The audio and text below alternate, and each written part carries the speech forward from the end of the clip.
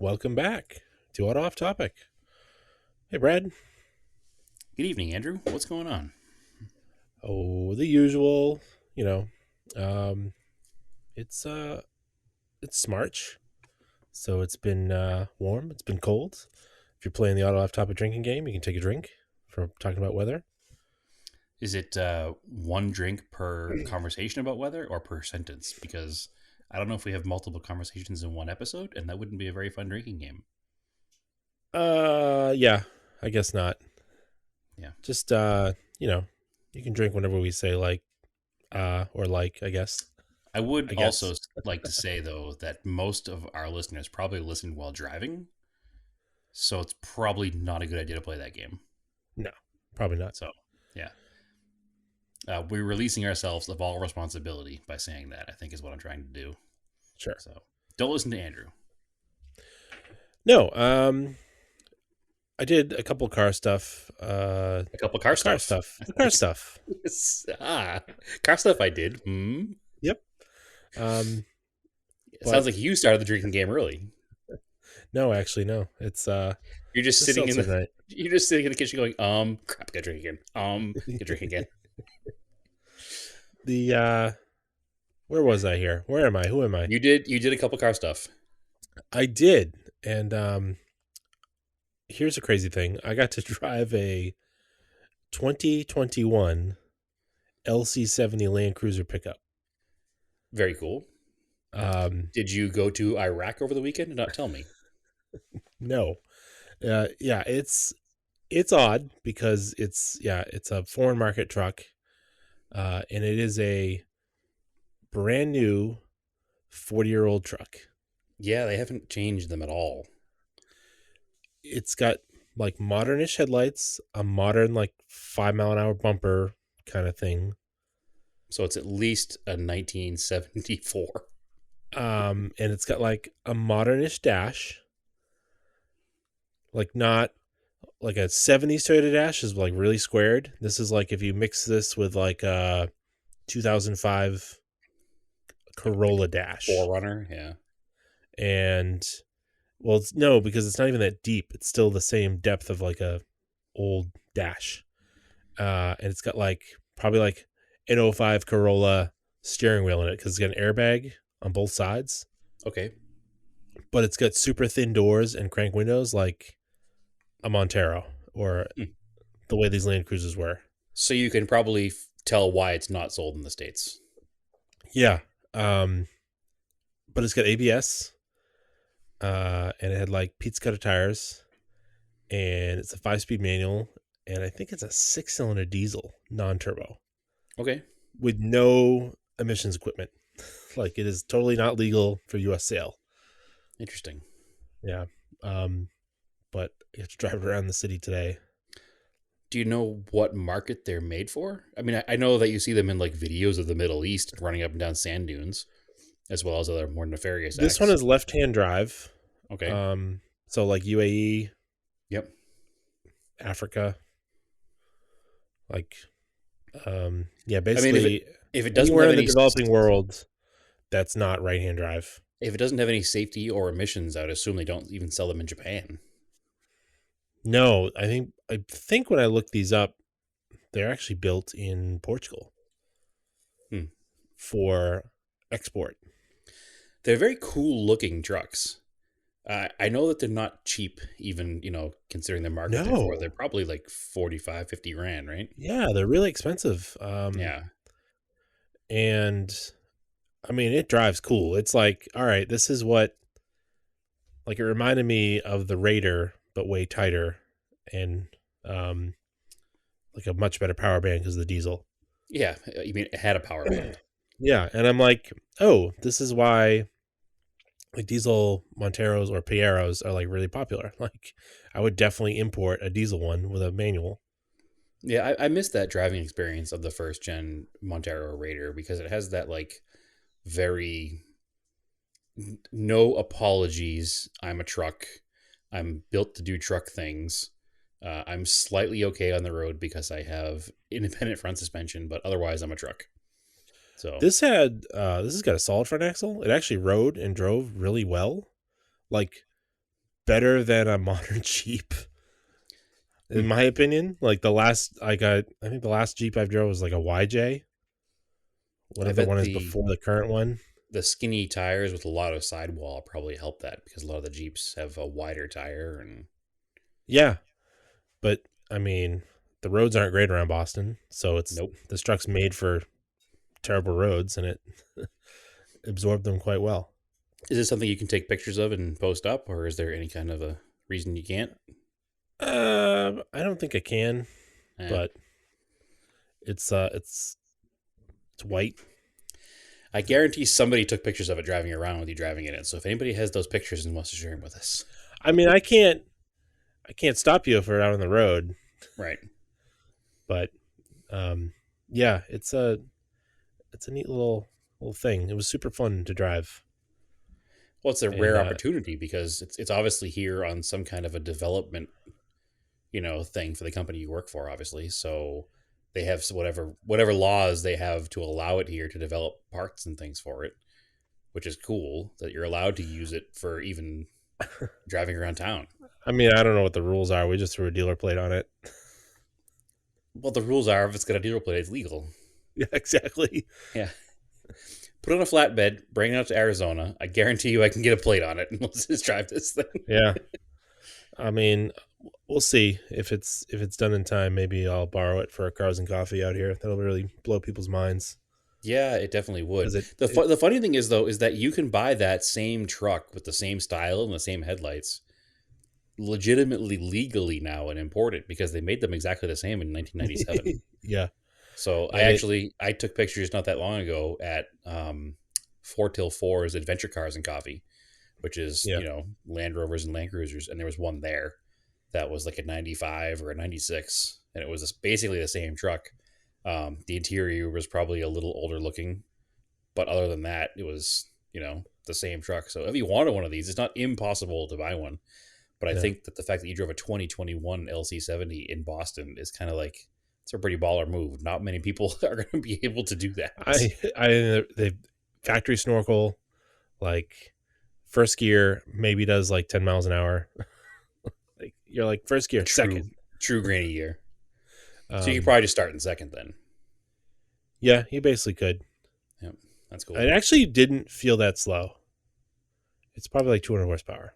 Like it's really It's not probably that not slow. super slow, but at the same time, you have nothing around you, so you're in a tin can, so that probably helps it feel a little more No, I mean spiriting. it. I mean I've only been driving the all track, which is only like 180 horsepower. This did not feel much slower. This Really, was no. This is it is pretty good. I mean it was I geared bet it's super the short. say. I bet it's the gearing. I bet once you get Yeah. up around like 55, 60, it Oh, it probably probably tops out at like stops. 65. Like it Yeah, wouldn't. Highway speed is like that's it. yeah. So and I don't even know what the tires are rated for, Yeah. but they're yeah. 25. 25 It's on pavement, 95 on sand.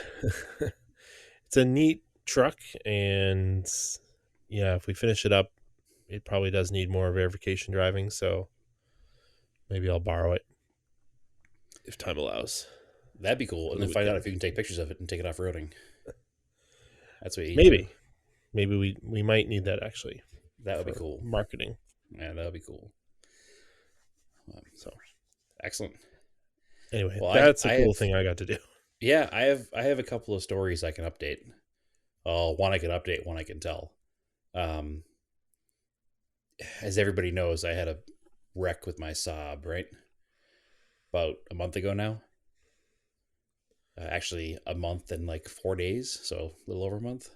Um, it's taken that long, but now everything is settled out. Fault has been determined. Apparently, it was determined right away, but I was not aware of that because I couldn't get a copy of the paperwork. So everything is settled to a point where I can tell the story now. I don't have to worry about it. Um, the short version of the story is the other guy was cited, so there's not going to be any issue as far as liability goes. Um, I will sit here and promote heavily Haggerty Insurance because they made the process as easy as they could for me. Um, I had a stated value on the vehicle and they paid it without question. They took care of everything. I've sent them all of my medical costs since the accident, and they already cut a check for those. So they are really good. And I've heard a lot of things about them, being good. And I used them for a windshield and I was happy with that. But I hoped I never had to use them for a real accident. But unfortunately, I did. Um, Not because it was my fault, but because the other guy's insurance is a notably slow insurance company. They're actually a high risk insurance company, meaning the only reason you have that insurance is because you're a high risk driver, and other insurance companies have already told you no. So that's when you're dealing with a company like that, generally they're a little bit slower because they don't really have much customer service because they don't need it. So um, Haggerty took care of me. So I never told the story of how the accident happened. So if you want to sit down and buckle up, the impact was hard. Um, it was a rough one. What happened? I was driving down what is known here as State Route 202. I saw a maroon pickup truck in front of me, and I watched him slow down significantly. And there was a white RAV4 in between us. So we were in the number 1 lane, which is the leftmost lane, the passing lane. And then there's an open carpool lane next to that. So I watched him slow down significantly in the passing lane. And then the white RAV4 got to a point where he got annoyed because this guy was going from like 70 to 55. And he passed him on the right in the middle lane and then cleared him and got in front of him and kept going in the passing lane because we were driving past 18 wheelers and stuff that were in the middle lane and the far right lane. So the gentleman I use that term very loosely, the gentleman in the red pickup truck went into the carpool lane, which this was at 8 in the morning. So the carpool lane is only for drivers with cars with 2 or more passengers. He went in the carpool lane, accelerated past the RAV4, swooped down in front of him, and jammed on his brakes, trying to get the RAV4 to hit him. And he did this multiple times. And I watched this whole thing happening, and I was like, that's annoying. This guy is being super aggressive, and he's obviously, either really road raged or he's trying to cause an accident for like an insurance scam. One of those two things is happening right now. Either way, I don't want to be involved in this. So I hung back a little bit. Eventually, the white RAV4, who was, to his credit, excellent driver, did not get in an accident with this guy, anticipated all the moves with him, managed to avoid him, found an open spot a little later on down the road, and his RAV4 was significantly faster than like the 04 Silverado. And he probably accelerated to 90, 100 just to get away from him, and did. Yeah, because it's like V6 RAV4 is like 300 horsepower. Yeah, they're way overpowered for what they are, for sure. So anyway, going down the road. Now, the main problem is that there's heavy traffic in the right 2 lanes. And this particular part of the 202 is a lot of uphill. Significant uphill, especially considering we're in Phoenix. But this is a little in the outskirts of town. And it's a bit of an uphill, and the 18-wheelers have a kind of a hard time maintaining a speed on these hills. So I'm now behind him, and we're cruising along in the left lane doing 70, driving past all the 18-wheelers. And he does the same thing to me now. He starts slowing down to like 55, 50 miles an hour. And now I'm like, all right, I'm annoyed, but I don't want to do anything to cause this guy to be like the same thing to me. I don't want to deal with this guy. Like, I already know what he's going to do. I'm not going to deal with him. I'm going to avoid him like the plague. So I wait until there's a significant amount of space, and I do the same thing the other guy did. I get into the center lane. There's no 18-wheelers in front of me. I go by this guy, and I go by the car in front of him. Eventually, I catch up to another car in the center lane, and I move back to the left lane, and I'm like, "Phew, I'm all set. Life is good." Excuse me. I have a cough. So, fast forward like, I don't know, a quarter mile to a mile. I catch in my rear view left mirror that his red truck is back in the carpool lane, and he's flying by everybody in the carpool lane to catch back up to me. And I'm like, all right, well, I'm not going to hit an accident with this guy. He's going to try to swoop in front of me. I know it's going to happen. I'm ready on the brakes. I'm waiting to I have enough space between me and the car behind me that I can hit the brakes and everything's right. I saw the whole thing coming. I know it's going to happen. So fine. I'm not going to worry about it. So I'm driving along. I can't get out of my lane because his car's in the center lane now. I see him start to come over in front of me. So I go to hit the brakes. And instead of clearing my car first, he just drives into my side fender. I was not expecting that. I couldn't get stopped in time. I got stopped fast enough that his back bumper caught my wheel, probably, because you can see the rotational marks on the side of the wheels. I apologize. I have to. Excuse me. I'm talking too much here.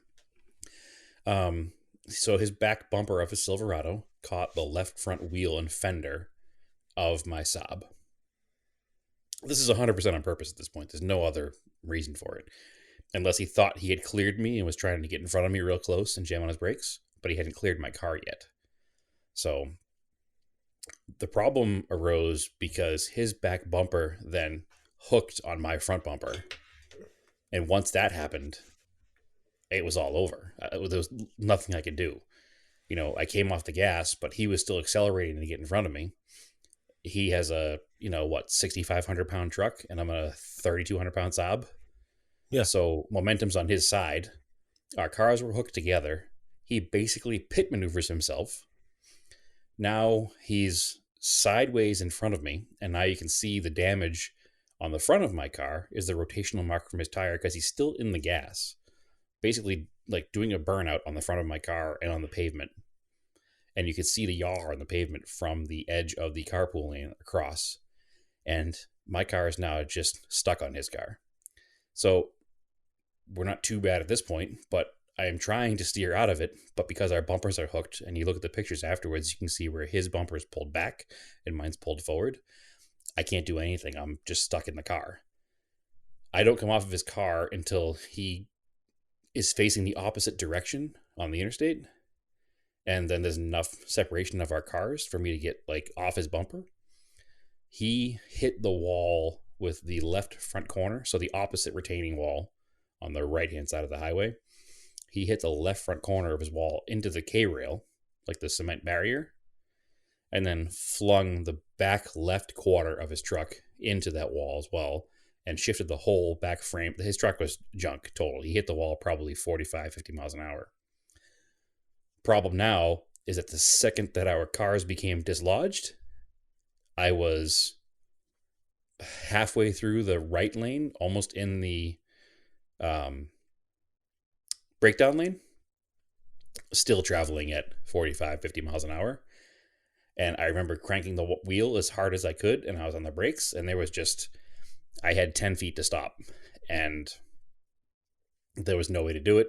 The yaw of the car was already way too far beyond where anything could be done with the tires. So even though the wheel was cranked hard left, the car was still going straight. And I buried the front of the Saab in the wall at 45, 50 miles an hour. So I remember the last thought I had was, oh, I'm going to hit that wall. And then I don't remember anything until I was slowly rolling down the interstate along the wall, maybe 200 feet down the road from there. So I don't know if I blacked out or if I had a concussion or what. The next few days afterwards seemed to push to the fact that I had a concussion. So it was rough. It was a rough morning. I've had a lot of miles under my belt. I've driven across the country, 10 times now, probably. A lot of commuting miles. I've never in my life had that kind of an impact. I've had a couple of bumps in traffic, where somebody bumps in your car in traffic or something, but I've never experienced that kind of an impact, and I don't recommend it, and I hope I never do it again. We'll put it that way. I hit the wall so hard that the car bent in the middle and collapsed the roof between the front and rear doors. So, both airbags went off. After I hit the wall, the rear end of the car swung into the wall and smashed the quarter panel and rear bumper. And it was a mess. To the Saab's credit, I walked away, very minor injuries. The car actually drove onto the back of the flatbed. So The car was a banana, but other than that, it still seemed to work. But from that moment of saying, I'm going to hit that wall until I kind of came to rolling down the breakdown lane, like scraping up against the retaining wall, I remember nothing until I was like, I got to stop this thing and hitting the brakes and putting it in park. And then trying to like figure out what happened and find where all my morning coffee was in the car and find my glasses and all that stuff. Cause it was a, it was a harrowing moment in time. Like I said, I saw what this guy was doing and I was all ready for it. I just wasn't ready for him to turn into the side of my car before he cleared my car, and I couldn't get stopped in time. So a witness stopped. I didn't realize this at the time. I didn't see the witness stop, but he talked to the other guy in the truck and he gave him his card. And when the police arrived, the other driver told the police officer that I was driving erratically and I rear-ended him, which the cop apparently didn't believe at all based on the marks in the cars. There was no impact on the front of my car from rear-ending somebody, and there was no impact in the back of his car. The impact was to the side. And according to the police report that I now have, the other driver said, well, I don't know what lane I was in. Maybe I was in the carpool lane. Maybe I wasn't. I saw him coming. He was driving way too fast, and I was just trying to change lanes, and he was in my way. That's what he eventually changed his story to. So, which also, even if that is what happened, which it isn't, that still puts him at fault because he says he saw me and changed lanes anyway. So, Yeah. thankfully, because of that, the police officer cited him for unsafe lane change, which I guess is the best worst case. Like, I wish he could have got him for, road rage and, I mean, assault pretty much, but he didn't witness that, obviously. So it's only my word against his. And the other good news is that that witness who gave him his card and said that, he'd give a statement of what happened, corroborated my story. So he said that he had witnessed the red truck driving at a high rate of speed in the carpool lane and then cutting over into the passing lane. So thankfully, because I guess at the end of the day, the truth will set you free, right? What happened is what I said happened. And the witness corroborated it and all is well. And the other guy was cited, and he already had a very questionable driving record here in Arizona. He has what they call SR 22 or something like that. It's a provisional driving license because you have so many Oh, incidents. Yeah. oh, yeah. He had just gotten his license back in December from losing it in the past. So this is a guy who probably shouldn't be on the road. And it sounds like my legitimate thought is that he was trying to pull an insurance scam. You hear about all those like swoop and dive, scams and whatnot. Yeah. After watching him do it to somebody else, and then again, I knew it was going to happen, and I was all ready for it to happen, and then he just turned in before I was even ready to react, and it just, I don't know if he misjudged it or what happened, but it definitely it ruined my month. We'll put it that way. Yeah. So I was in serious pain for a while. I had some pretty heavy like bruising from a couple of things. Obviously, the impact into a wall. I did not to be too morbid, but I did a Dale Earnhardt style angle hit on a wall. Thankfully, I'm okay, but I had the bruising from the seatbelt, from the airbag. I had a lot of internal swelling, so I had a lot of pain from things being moved around where they shouldn't be, and it was not a good month. So, and then I was bummed about the car because the story of the Saab wasn't over yet. I've owned the car since 2012, 2013, and I had just had all that work done to it, all the work that you and I did to it, all the work that I had done to it, and then I had it here in Arizona, and I was doing all the cleaning and detailing, and I had gotten a lot done on that car to improve it, So Well, look at it this way. The gas tank didn't fall out. the gas tank did not fall out. No, we did a bang up job putting those straps on. So no, it was just it's a huge bummer, and I put pictures up the day it happened. You can go back on my Instagram account and look at them. I put it all into one post, the pictures of the damage of the car, and then all the stuff I had done. Literally, I spent that entire weekend like dyeing the carpets and polishing scratches and cleaning up moldings and just putting new emblems on the car. It's very frustrating, but it is what it is. The plan was to bring it to Radwood in Austin, and then obviously that didn't happen either. But regardless, the car no longer exists. So somebody at the junkyard's going to get a brand new set of 4 tires. Oh, they're all flat spotted, but yeah. They might be. Who knows? They're probably fine. I my my dumb car guy brain almost bought the car back from the insurance company because it was like $500. No, And I no. was like, it's got all new axles and brakes and tires, and I could just find another 9,000 that needs those things and be ahead of the game again. But wisely, some people in my life, namely you and Jordan and Andy and Naomi, quickly made me realize that all that would happen is if I bought it back from the insurance company, there'd be a wrecked Saab in my backyard for the next 3 years. So Yeah, sounds like there's mostly Naomi. it was all you guys. You all keep me in line sometimes. You know what I mean? I mean, we didn't even hesitate, but definitely I wouldn't want that in my yard. No. It's that whole like you have all this new stuff on the car, you know, like, and there's tons of 9,000s for sale. They're like $2,000, just need a little love. And I was like, well, I have all the brand new parts. I'll just swap it all over. But it didn't make That's more sense. work than just buying new parts for it.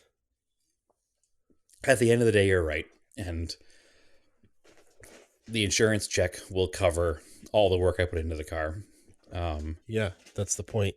If I had built it, if I build up my time that I into it, it wouldn't cover it, but it does cover the cost of everything. So I'm not going to be upside down. Unfortunately, that also means that because I had put a bunch of stuff on the credit card, I had to use the some 40% of the payout of the car to pay all the debt I had to the car. But at least it's gone now. I don't have to worry about it anymore. It's depressing Yeah. because as much as I was trying not to fall in love with the car again, I drove it across country like incident free. It was a good car. Yeah, it's one way to get rid of a car. I guess I don't recommend it. I'll tell you that right now. It was definitely not. It was not fun. It's not. It's pretty much ruined the entire month because I couldn't move. I didn't Hmm. get to work on anything else. I couldn't touch anything else. I have a broken hand and thumb, and I wasn't even able to do anything. Like I'm a lefty, and it's my left hand. Like everything just sucks. Yeah. So, but anyway, there'll be no more Saab 9000 talk on the Auto Off Topic podcast. So, sad day. Is what it is. I'm not over it yet. It'll take a while. Seems it. Yeah, it is what it is. Nothing I can do about it, right? At least at the end of the day, Not really. everything worked out in my favor. You've only got 10 other cars to play with. That's not important, Andrew. That's how we are. You can't have the one you want. You gotta have all the other garbage I already have. Listen, I'm glad I was in that car. That was the best car you had to be in that, other than your Other than the Volkswagen, wagon. it was the best vintage car to be in. I probably wouldn't have been in the same scenario if I was in a Colt or a Cressida because I would have been doing 55 in the right lane and not 70 in the left lane. But nonetheless, I guess if you got to think of it anyway, at least I hit the wall with a 1997 car with crumple zones and airbags. So anyway, that's my, hesitate to say it, Saab story. Saab story. So I have another story. You want another story? Is it Brad's story time today? Sure. Want to talk about car show etiquette? Yeah. What is car I don't really. I heard a little bit of this, but I didn't hear the whole story. What is car show etiquette, Andrew? What's the main rule at a car show? I mean, the main rule, like wear pants. All Or right. that's just like a societal norm. Beyond societal rules. All right, Yes. all right. I mean, Don't murder the car show host. All right, you got me. yeah. Beyond the societal rules, What is there's a couple of very specific car show rules. What's car show rule number one? Well, you know, you don't touch something that's unless the person tells you that you can, or Right. Don't touch anybody's stuff unless you're invited. Actually, you know what? That's not even a car show rule. That's also a societal rule, is it not?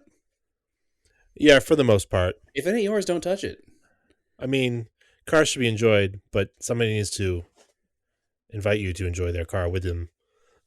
100%. The car. Just because it's sitting there doesn't Listen, mean it's we're open gonna make it a season. conversation of consent, Andrew. The car owner needs to give you consent to touch their car. Period. Just like anything else in life, that is just the main rule of life. Like, don't mess with anybody's stuff. So, I went to, and again, I don't want to talk poorly about the show because it doesn't affect the show itself. It was just these particular individuals at this particular show. The PAVS show, which is the Pavilion's Saturday night show here in Phoenix. It's actually technically, I think, in Scottsdale. Um, it's the longest running every Saturday night car show in the country. It's a huge show on a nice temperate evening. You'll have 400 cars there. Cars start coming at 2 in the afternoon, and they rotate in and out until 8 o'clock at night when they shut it down. So it's a neat place to go. It's every bit of Phoenix car culture is there. So don't let my story of this, sully your thoughts about this show. Obviously, anywhere you go where you have thousands of people, there's bound to be somebody who's not intelligent, right? Somebody who's a dummy, somebody who doesn't know the rules. But the problem is not that they don't know the rule. A lot of it has to do with their reaction afterwards too. So I went to this event and I met actually former guest of the show, Ron, with the Starion, who goes to all the Radwood stuff with me, his wife, and another friend of ours who goes to a lot of Radwood shows, Mike. Mike was in town. Mike actually lives up in the Bay Area of California, but he was in town because he had flown here to go to Tucson to buy a car to drive to Radwood, Austin.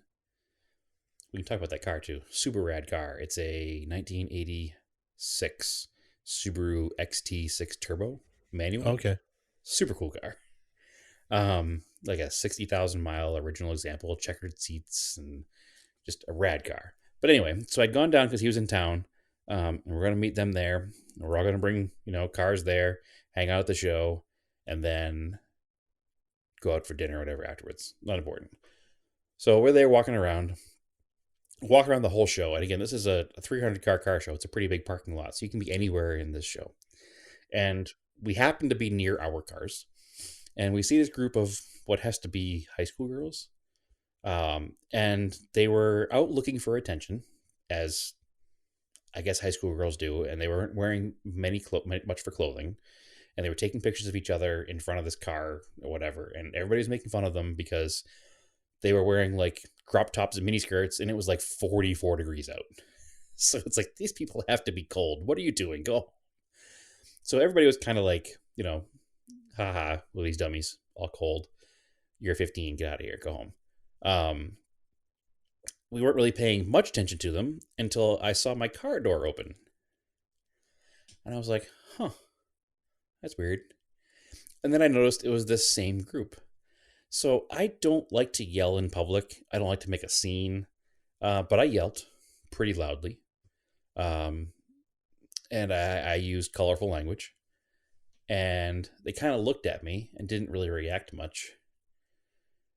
And then Ron's wife was there, and Naomi was there, and Ron and Mike were there.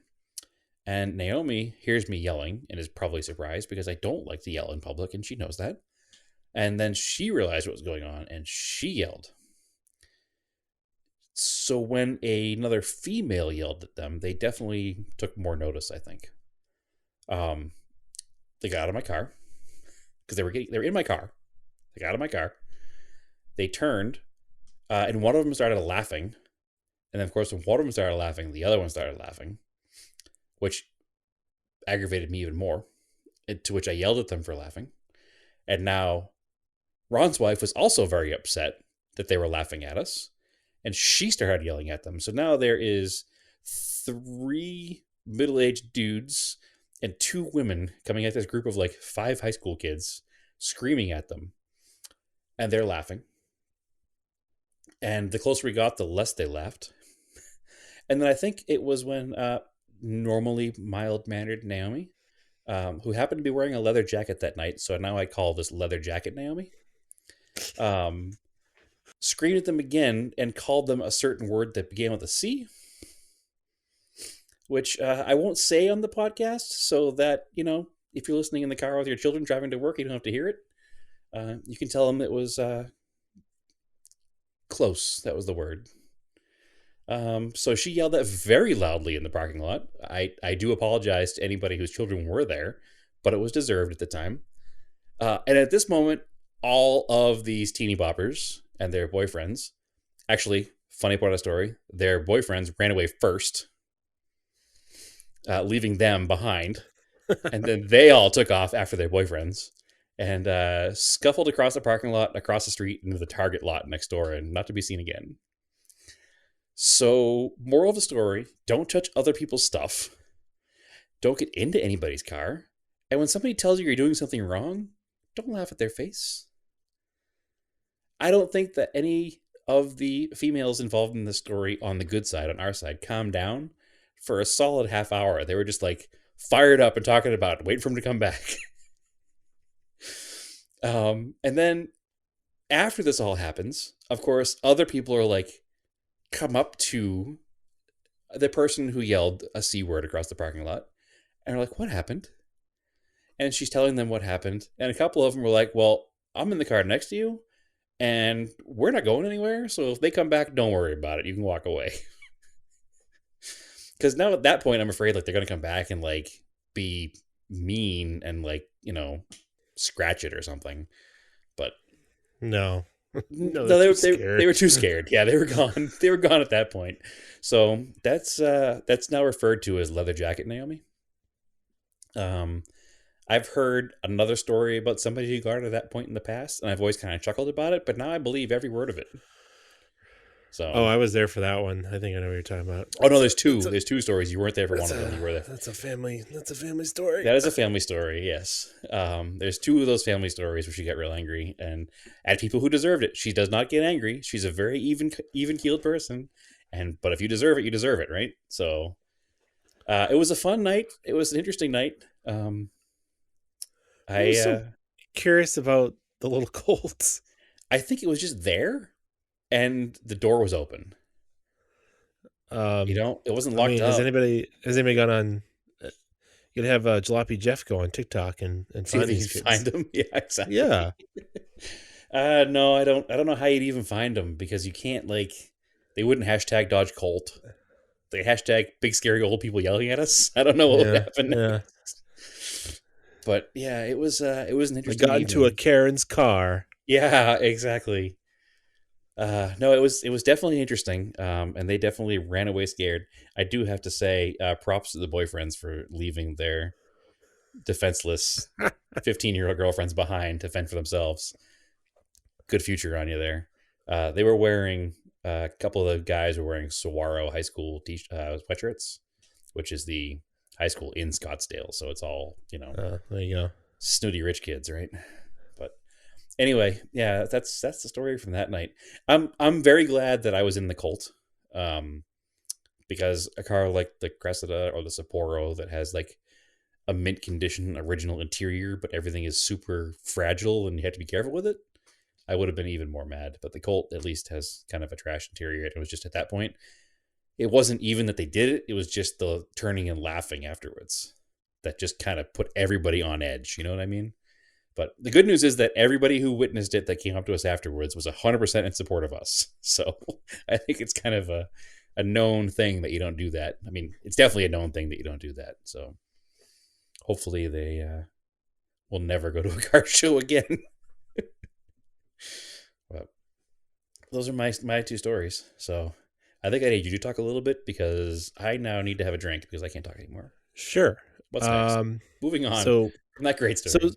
speaking of that Subaru XT and wrecking the Saab, Yes. uh, because you were gonna bring the Saab to Radwood. That was gonna And that be Subaru. Yeah. in March last February. February. End of February. Uh, Actually, the episode that we had Bradley on that came out that Friday, it was supposed to be that weekend. Correct, because he was in town at my house because my house is kind of sort of on the way and he wanted to hang out here before going there. In fact, he was going to help me get cars prepped for Radwood. So anyway, there was really bad weather through Texas. Yep. See, you could take another drink. We talked about weather. Yeah. Um, But it's not New England weather. It's different. the show was canceled because of weather. Postponed. Postponed. It's a good thing they did, too, because there was a news report that Friday, which Friday would have been the big travel day. And there were over 100 traffic accidents in 24 hours because all of the roads were completely ice covered. Oh, yeah. No doubt. And so anyway, flash forward to yesterday. Haggerty announced that they had purchased the Radwood show. Yeah, they purchased the Redwood brand. The brand. Yeah, more than the show. They've been integrating it in with Concourse that they own now. Yep. They've been buying up Concourses, and they purchased Radwood, and they will do standalone shows and also continue to have it with their Concourses to expose more people to that era of cars. Yeah, first and foremost, I want to say congratulations to all of the guys at Radwood. I mean, it's no small feat to start something from nothing that grows into something that's big enough that a publicly traded company like Haggerty is interested in purchasing it. That's huge. I mean, that's the dream, right? You want to build something that's worth something and have a story to tell, and then, ride off into the sunset and get paid and have your brand be remembered forever as something you started.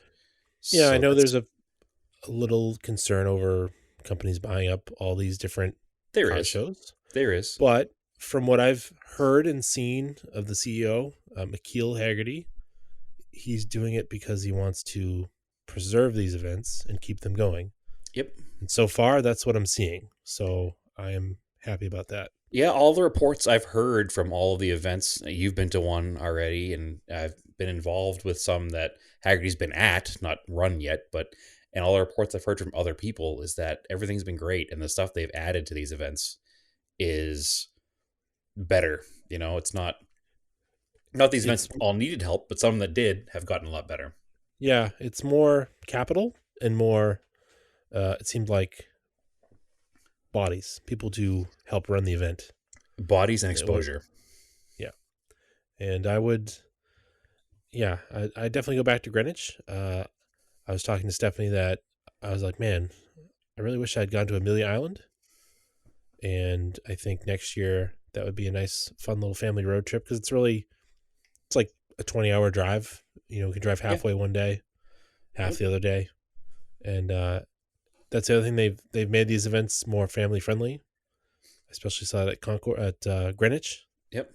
Did a lot of stuff for little Not kids. that Radwood wasn't family friendly, but no, it's always been very family friendly, friendly to everyone. A very inclusive event, which is one of the things that Haggerty's been doing too, is they've been more inclusive with everything. Like they're buying these, for lack of a better word, stuffed shirt concourses. And they're taking them down just enough of a notch that the concourse is still the same, panache that it had before, but there's enough going around it that it makes it more accessible to others. You don't have to have, a Fortune 500 portfolio to enjoy yourself at a Haggerty run concourse, which is important, I think. Yeah. All right. So that's really the big car news we had. I don't want this to be a Haggerty love fest because they're not paying us enough to do. They're not paying us anything to do this. It's anything, no. Well, it's We're not a paying Haggerty them. love fest, but it is. But it is a Radwood love fest, and it's because the guys that started Radwood, through Radwood and through podcasts, have become friends of ours, and I'm super happy for them, and I know that a couple of them are staying on with Haggerty to continue to run the event the way they want. And from what I've heard from them, I mean, there's nothing happening here that they're not in control of or not happy with.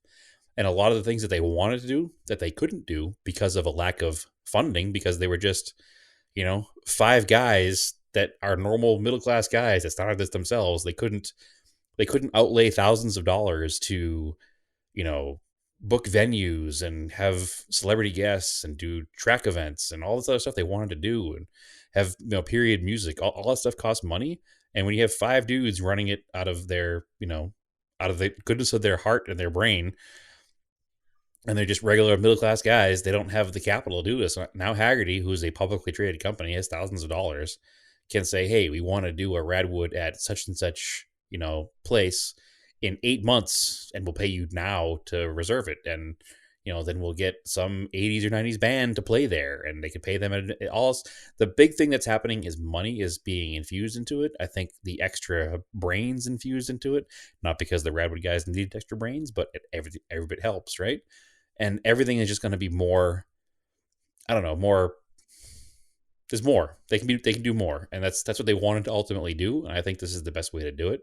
And I think the fact that Art and Warren are staying on and kind of keeping their fingers in the game and keeping their brain in it, and they started it, they know how to best run it, and they're going to be there with Haggerty the whole time. And I'm actually excited for what's going to happen in the future. The only thing that we're going to miss is Naomi said she's going to miss working the merch booth because that's her favorite thing to do. But I don't know if we'll be able to do that anymore with Haggerty in control, but that's okay. No, they have their own people. Enjoy Yeah, the show. exactly. Yeah. But yeah, I'm excited to go to the first, they rescheduled the Austin event for April. I think April 25th and 6th or something. Yeah, I don't know. And it's the You end of tell me. April at some point. I didn't look it up, but oops. But they rescheduled the event for a better time of the year, and it's after the Haggerty buyout, so I assume Haggerty will be pretty involved in it, and we'll see what happens. But I'm excited for it. Yeah, and I'm going to the one in Philly. Excellent. That's in May, Um, right? yep, it's May. Yeah, it's actually my birthday weekend too. I was thinking of coming out, so we'll see. Yep, you're more than welcome to. Yeah, I was thinking of just flying into Philly and hanging out with you, and then driving back with you, maybe to Boston, so I could see my family and then fly home from there. But we'll see what happens. April 23rd is Radwood Austin. May 21st is um, Philly. Excellent. Yeah, it's right after my birthday weekend, so I might treat myself to a flight to Philly and then hang out with you there, and then, if you don't mind, drive back to Boston with you. So, Or you can fly to Boston and you can drive down with me and we'll drive back. either way, what I'd probably do is either fly into Philly and then drive to Boston, or fly into Boston and then fly out of Philly, for scheduling wise. Is what I'm saying. Timing wise, Yeah. the least days off work and still see people. But anyway, we'll plan that off air. But I'm excited for both those events. So Mm-hmm. So, all right, cool. That's car news. That's some events coming up. Project car updates. I talked about buying these, some 3D printed spoiler clips for the Talon, because the Talon spoiler has been broken for many, many years. And like 2 years ago, I was like just kind of bored one day.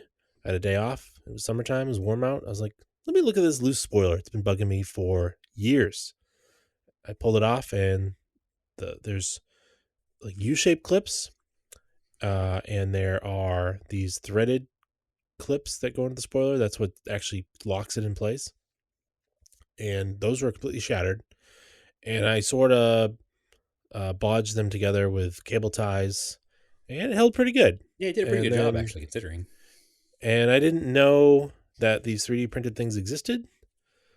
Maybe they didn't in 2019, but I saw it later on Facebook. One of my people I follow that's into DSMs, like commented on this page, so I ended up following the page.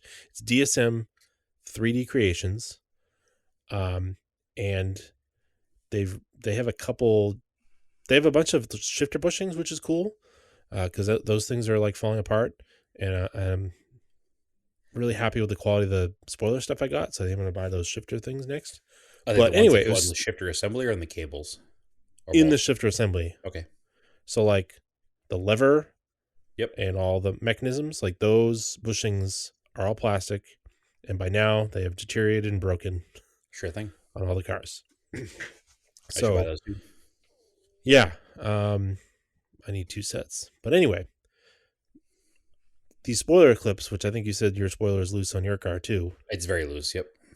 Yeah, they're probably broken. It I would sounds like recommend getting them. the rear struts have fallen out of the car, but it's the spoiler. Oh, I would get these. Yep. Um, it was. I did a video on it, so if you go to our YouTube page, Auto Off Topic on YouTube, I've got a decent little video on it. It's like a half hour long, so Yeah, actually, we I did the whole watched the whole thing, taking it thing. off. I watched the whole thing while working the other day, and it definitely sold me on buying these clips. So Yeah, you can kind of see it. Like in the beginning, I can move it a decent amount, and then at the end, I really can't move it that much. And of course, it's going to have some flex because that spoiler is just plastic. And I think I pointed out in the video the passenger side front corner of it. I think the bracket where it mounts to the plastic spoiler, there's a metal bracket underneath, is actually a little bit loose, and that's why so it's popped up. fun fact: that spoiler has been on and off like two different cars too, because that was the one that Yeah, was from my old Talon that I had painted gloss black back in like 2000. yeah, and I probably didn't do a great 22 job years ago. taking it off. Yep. Like whatever it was, 2003 or four, whenever I swapped it over. Right. Um, and yeah, my parts car's got one, but it's not gloss painted black, and I don't want to pay to have it painted gloss black right now. No, So and they look cool painted gloss black. they do. It does look really good. That I gotta hand it to you. That looks really good. Yeah. And People said I was crazy, but no, it looks way better. it looks so much better. And yeah, especially even 20 years old, it's still shiny. So anyway, yeah, it was super easy to do. You should definitely get them. They're kind of expensive. It was like $90 for all these clips, but Listen, it's worth $100 to keep the spoiler on nice and tight for sure. You know, and you that's the can't get them problem. anymore. Yeah, well, that's the problem with 3D printing stuff is unfortunately it's small batch and it's expensive. I noticed that in a lot of things because people have to put the time and effort into creating that file, and then the actual printing of it, the material is not cheap, and they have to Yes, I cover really the shouldn't cost complain of about owning the the price. printer. But Yeah. I've been looking at like even scale car stuff, like 1/24th scale model car stuff. I was looking at a set of wheels that I wanted to buy to build a model car, and they wanted like $30 for a set of wheels, and I was like, I can't do it. Sorry, guy. I apologize, but I can't spend $30 for a set of 1/25th scale wheels. So, Yeah, I think the Montero cup holder was like $65 or something, but yep, I mean, I want to support these people because they're doing stuff for obscure 100%, cars. 100%. And Naomi even said to me when I was like, I can't buy these. She's like, just sell some of the crap that you don't need anymore, and then use that money to buy stuff like that. I was like, oh, you're right. So that's her way of both telling me I should buy them and also telling me get crap out of our closets. I don't know if your car is missing the little door screw caps that are by the pull handles I'm to get missing out of one the of car. them. Yes, All right, I have it, but the tabs are broken. This company makes them in 3D printed. I was actually thinking about that earlier today because I actually drove the Eclipse today for the first time since Redwood SoCal in November. Mm-hmm. And I got out of the car and I was like, man, I try to find a car with that screw cap in it. So excellent. I'll be buying that too. Yeah. Very cool. I actually have a friend out here with the same year Cressida as my 81 who's also into 3D printing stuff, and he made a bunch of interior trim parts for that too. So very That's cool. cool. Yep. Yeah, if the person can figure out the texture, which I think it can be done, Yep. then it looks really good. Yeah, the new 3D printing stuff is crazy. I've seen a couple of guys It's going to save all these old printing. cars, honestly. Yeah, I've seen some guys printing cup holders for first gen Monteros Yep. that goes in that front, like that spot in front of the shifter Yep. where it has a spot for a cup holder and then a spot wide enough to fit a modern cell phone, Interesting. like standing up. Yeah. Interesting. I have to get to that first gen Montero anyway to get, so it's a reason to now. No, it's cool. Cool stuff. Yeah, no, it's cool. It's cool tech. I've thought about trying to get into it myself, because I think that's something I'd be pretty good at because I like playing with like computer design and stuff. but not in the cards right now. But maybe once I get some stuff straightened out and get a garage built here, I'll do something like that. Because I would love to build a lot of this stuff for the community because I think it's important to saving these old cars that are, all these 90s and even early 2000s plastics are just getting so brittle that they just need to be replaced, especially out here in Phoenix. So, very cool. But yeah, that video is up on YouTube as well, so be sure to check that out. Especially if you have an Eclipse, but even if you don't, just to, enjoy Andrew's step-by-step instructions. Yeah, definitely. I said I was going to try to make more videos, so that's what I'm doing. Yep. I'm trying as well. I made a couple of short clips. All right. Hopefully I can piece them together and do something with them. Because I actually finally had some time and I've healed up enough from the accident that I can move around again. I pulled out the 1981 Cressida that I picked up back in November. I haven't talked much about this car other than when I first got it because I haven't really touched it. So it's 2 years after my blue car, the 79. It's the first year of the second generation Cressida, which makes it a MX62 chassis. I did not know the MX62 chassis existed. I was only aware of the MX63 chassis. Turns out, Nerd alert. Nerd yep, alert. hey, it Nerd is what alert. it is. I'm not going to refer to it by that. I'm just going to say what the stuff that I learned is that the earlier second gen Cressidas, which were the 81, 82 cars, which are the 62 chassis, have a solid rear axle and they have a single cam fuel injected version of the motor that's in the earlier car that I have, the blue car. So the second, I guess you'd call them like a 2G A and 2GB if they were Eclipses. The later cars have the twin cam that comes in the mid 80s Cressidas, and they have an independent rear. So my car is actually a simpler, easier car to work on. Other than being fuel injected, it's basically the same car as the 79. So the suspension's the same, chassis is the same. In fact, all of the aftermarket suspension parts that I have in the 79 are exactly the same for the 81, and it's less than $1,000 for everything that I have. So I might just buy all that if the car winds up becoming a running driving car because it'll make it really cool really quickly. So got the car moved. Again, I've talked about her a lot on this particular episode, but I can't thank her enough because she loves to get her hands dirty and help me with this stuff. Naomi helped me move the car around because it doesn't run. So we pushed it out of the backyard, got it lined up in front of the garage. Biggest problem with this car, and the biggest reason I hadn't touched it, was car has been sitting since 2003, according to the date in the license plate. That's a long time. That was, believe it or not, Andrew, 19 years ago. Whoa. Yeah. In that 19 That was like years. 5 years ago. Right. It was 19 years ago.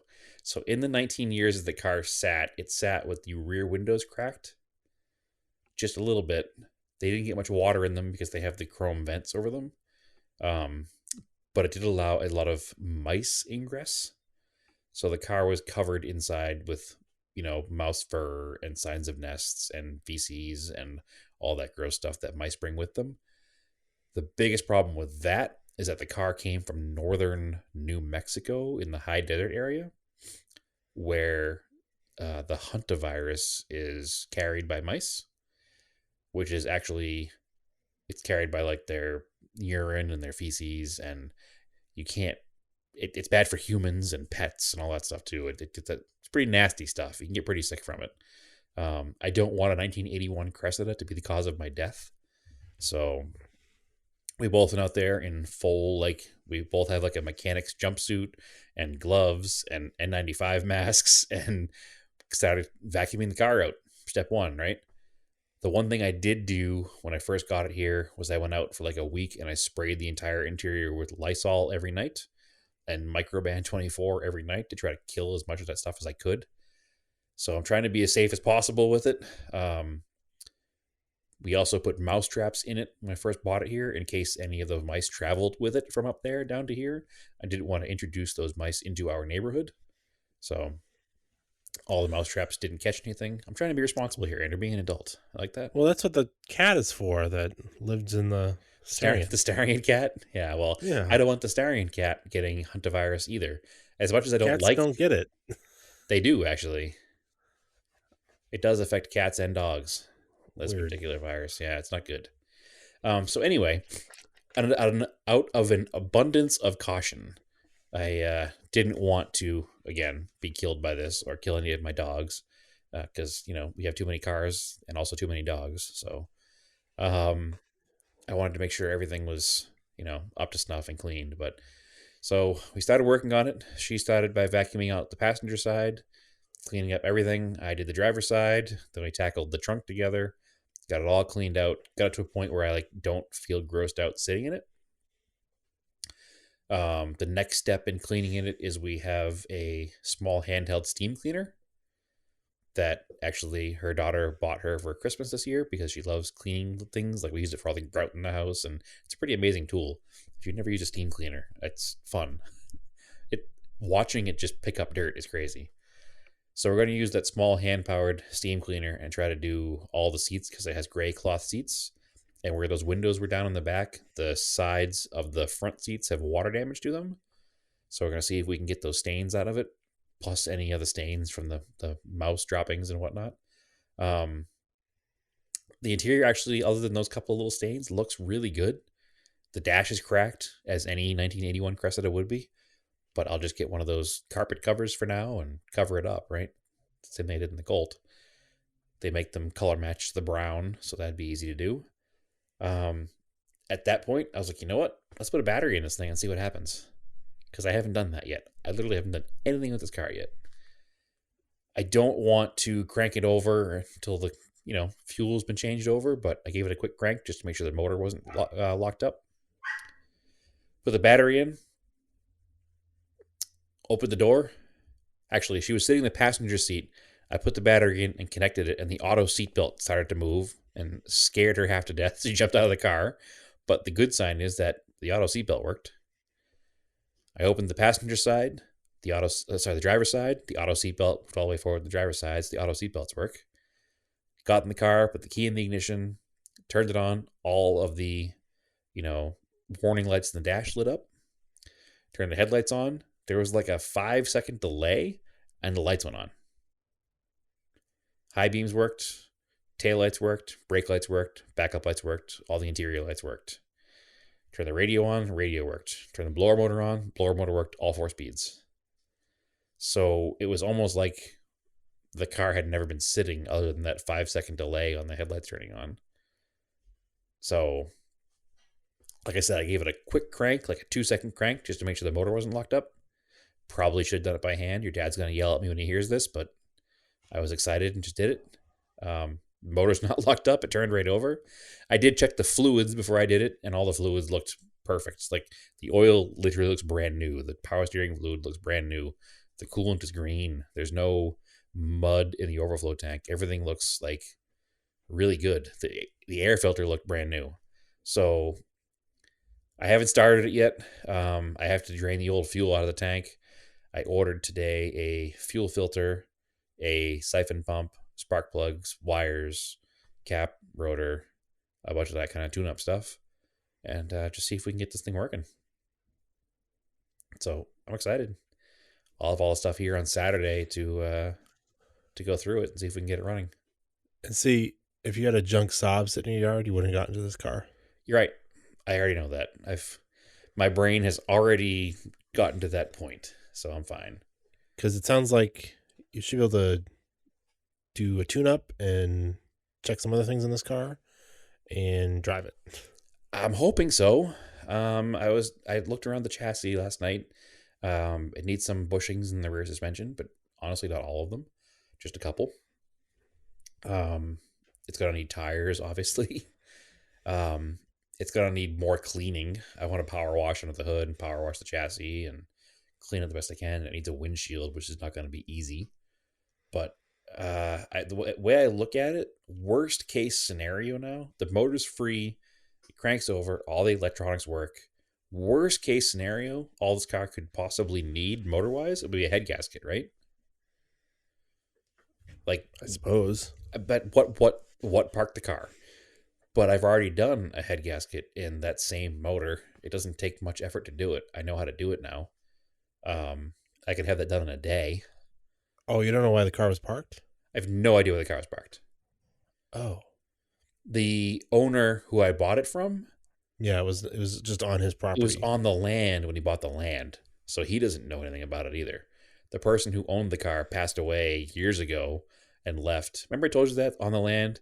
He was like, yeah, that was there. He's like, that van over there, the Astro van Yeah. was here. He's like, there was a first gen Montero. And I was like, no, where did that go? He was like, oh, some guy from New Mexico bought it last week. Or no, Phoenix. I mean, it's Phoenix, actually.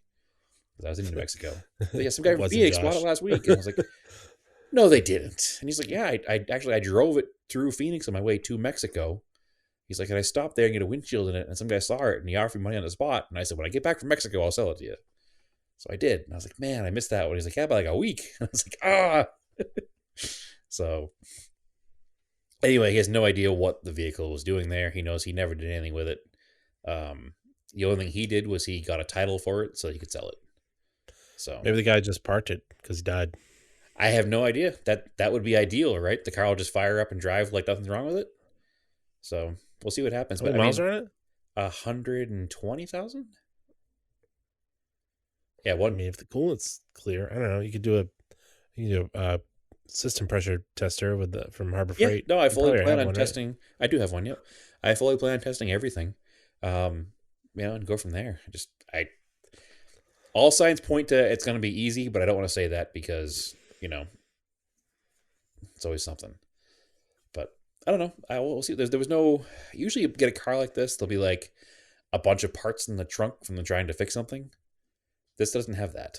There's no extra parts anywhere. Like it was just a car.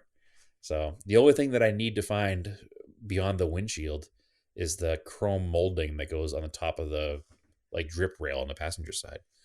There's one in the trunk that fits there, but it's all dinged and damaged. So it's a pretty clean car. There's no rust anywhere. So I'll take it. But Hmm. anyway, so I'm excited. I posted a picture Cool. today on my Instagram of the dash all lit up. So the dash is really neat. Like 80s, like 70s and 80s Japanese cars, the fonts and stuff on the dashboards are just so crisp and clear, and very easy to read. It's very pleasing to look at. So I dig it. It's gonna be a cool car. Even the radio, they said the radio came on, the radio worked. So Hmm. it's a crappy aftermarket, tape deck from Radio Shack or something, so that'll get changed, but still, it worked. All right. Well, speaking of Toyotas, I've got one that costs significantly more, At one like point, a it lot probably more. didn't. Yeah, at one point it probably didn't. So this is a car that I thought was probably the most significant Japanese car ever made. Yep. Um, because it's the Toyota 2000 GT, but it was the one that was prepped by Shelby to race in SCCA.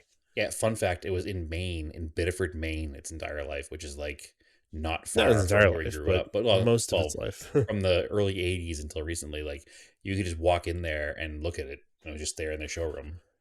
Yeah, and I saw it I posted it on Instagram. I saw it in 2013 at the Lime Rock Park Historics. Yep. I saw it. I didn't like look at the entry list. I didn't know it was there, and I walked around the corner of the paddock, and it was just sitting there. Yeah. I was like, "Holy crap, that's amazing!" And I took a bunch of pictures of it, and then I saw it. It was running on track. Yep. Guy wasn't driving it super hard, but it was cool to see it at speed because it'll probably never be driven again Right. at speed. I don't know. Unless you get some crazy person. Yeah, a at, lot of these money guys Laguna that buy Seca. these cars will run them, and I bet we'll see it at Laguna during the reunion. The cool thing is actually it was at a place in Biddeford, Maine called Maine Line Exotics. Maine spelled out like the state of Maine.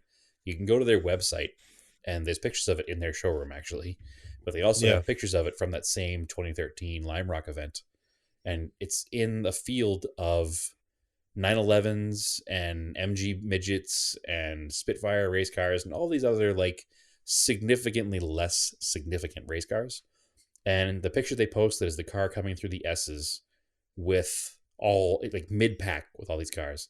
And what strikes you first when you see it is just how small the car really is. They're very, very small in person. Not not seeing one other than like in a studio They setting, look like they huge. look Like like the a pictures, Jaguar XJ, yeah.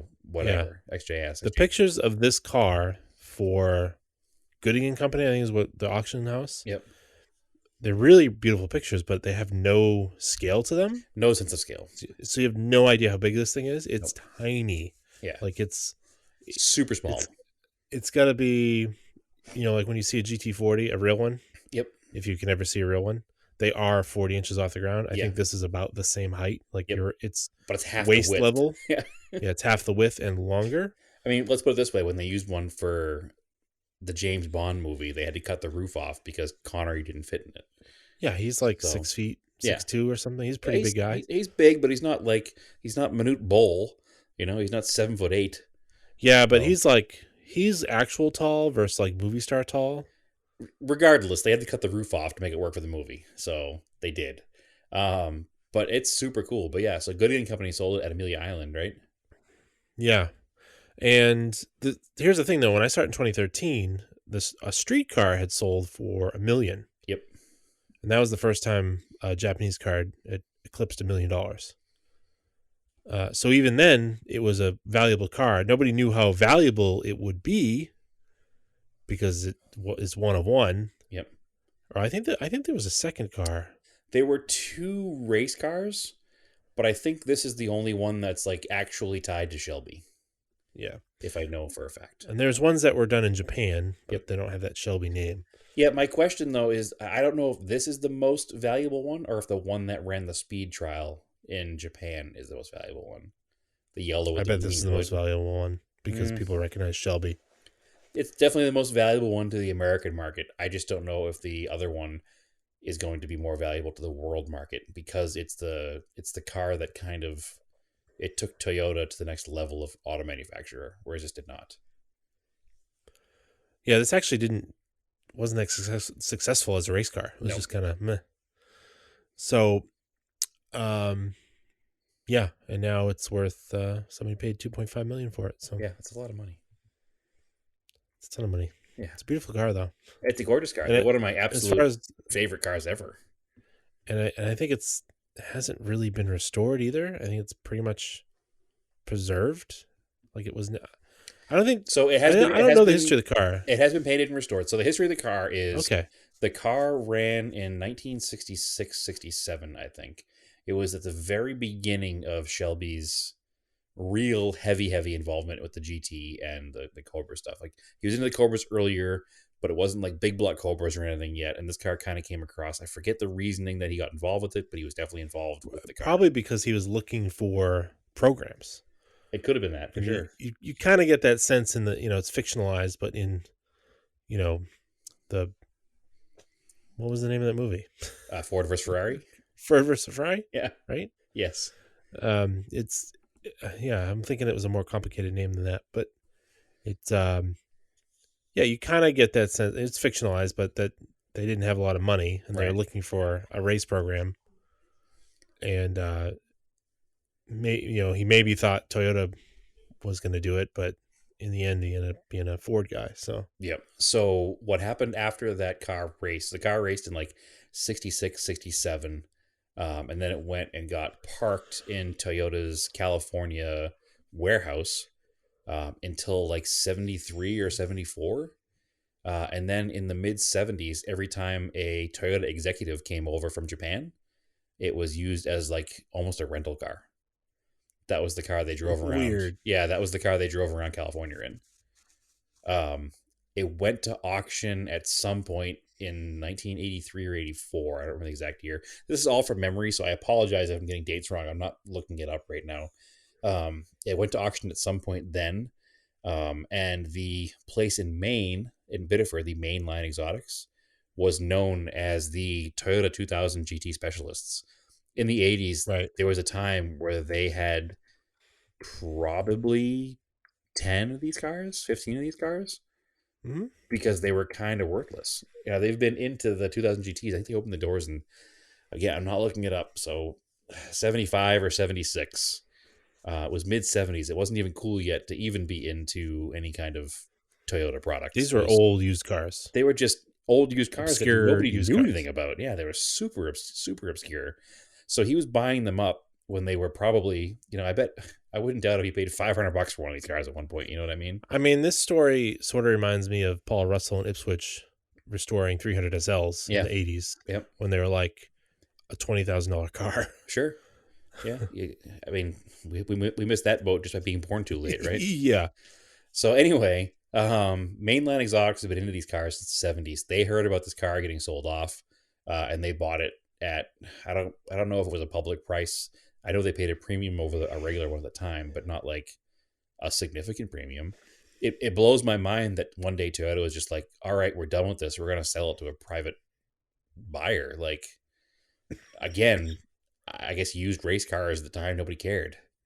And Toyota was like, whatever, it's gone. We don't care. So Toyota sold it, and the guy in Maine wound up with it. I think, like I said, 84, 85. And he's had the collection ever since. I think it has at least been repainted, because I think that when it was being driven around as a normal car, I think it was just a plain white car. I think they got rid of the race scheme. So it was repainted to the Shelby race scheme. But again, please fact check me and tell me I'm wrong, because this is all historic knowledge in my head. I don't remember for sure. But I know that he's owned it pretty much ever since. As far as I know, he's the guy who sold it at auction. So, hey, good for him. But I'm glad that it exists. I'm glad that it happened. I'm glad it sold for such a premium, because, I mean, if any car deserved to, it's that one. So it's cool to see Japanese cars really getting the recognition they deserve. In fact, going back to the conversation earlier about Amelia Island and all Yes. these, I mean, there was a giant Japanese car display at Amelia Island. Yes, there was. So That was what was like, oh, I really need to go to this. yep. And our friend Myron was there showing some of his cars. And yep. So it was very, very, very cool stuff happening with Japanese cars. And I know, as a buyer collector of them, it's going to hurt us, but it's also going to help us, because as things become collectible, parts become available. There's a company out there now replicating floors and quarter panels for Celicas now. That wouldn't have happened 10 years ago. So anyway, all good stuff. Yep. All right, cool. What an episode. Yeah, we had a lot to talk about. So, follow us on Odd Off Topic Podcast on Facebook, Odd Off Topic on Instagram, Odd Off Topic on Twitter. We've got Scale Autocast on Instagram as well. We promise that is in the works. It's coming. It is. And Brad, where can they find you? They can find me on Instagram at TSISS350, or they can find me on my work-related but also car-related podcast called Drive the Bid, anywhere you find your podcasts. Don't not listen to us to listen to that, but also listen to that too. Yeah, I mean, there's plenty of room. Yep. Plenty of room. Make time to hear my voice. Cool. Yeah, you can follow me on Instagram, Racenanger. I am Racenanger on Twitter as well. And yeah. Oh, go to our YouTube page, Odd Off Topic Podcast, or Odd Off Topic, sorry, on YouTube, and watch some of the videos I've been making. Good stuff. And hopefully Brad's got some coming along, and I'll help him get him up there. Working on it. I have some All video. Right. 3 minutes worth so far. Cool. All right. And on that note, keep cars analog and aim for the roses.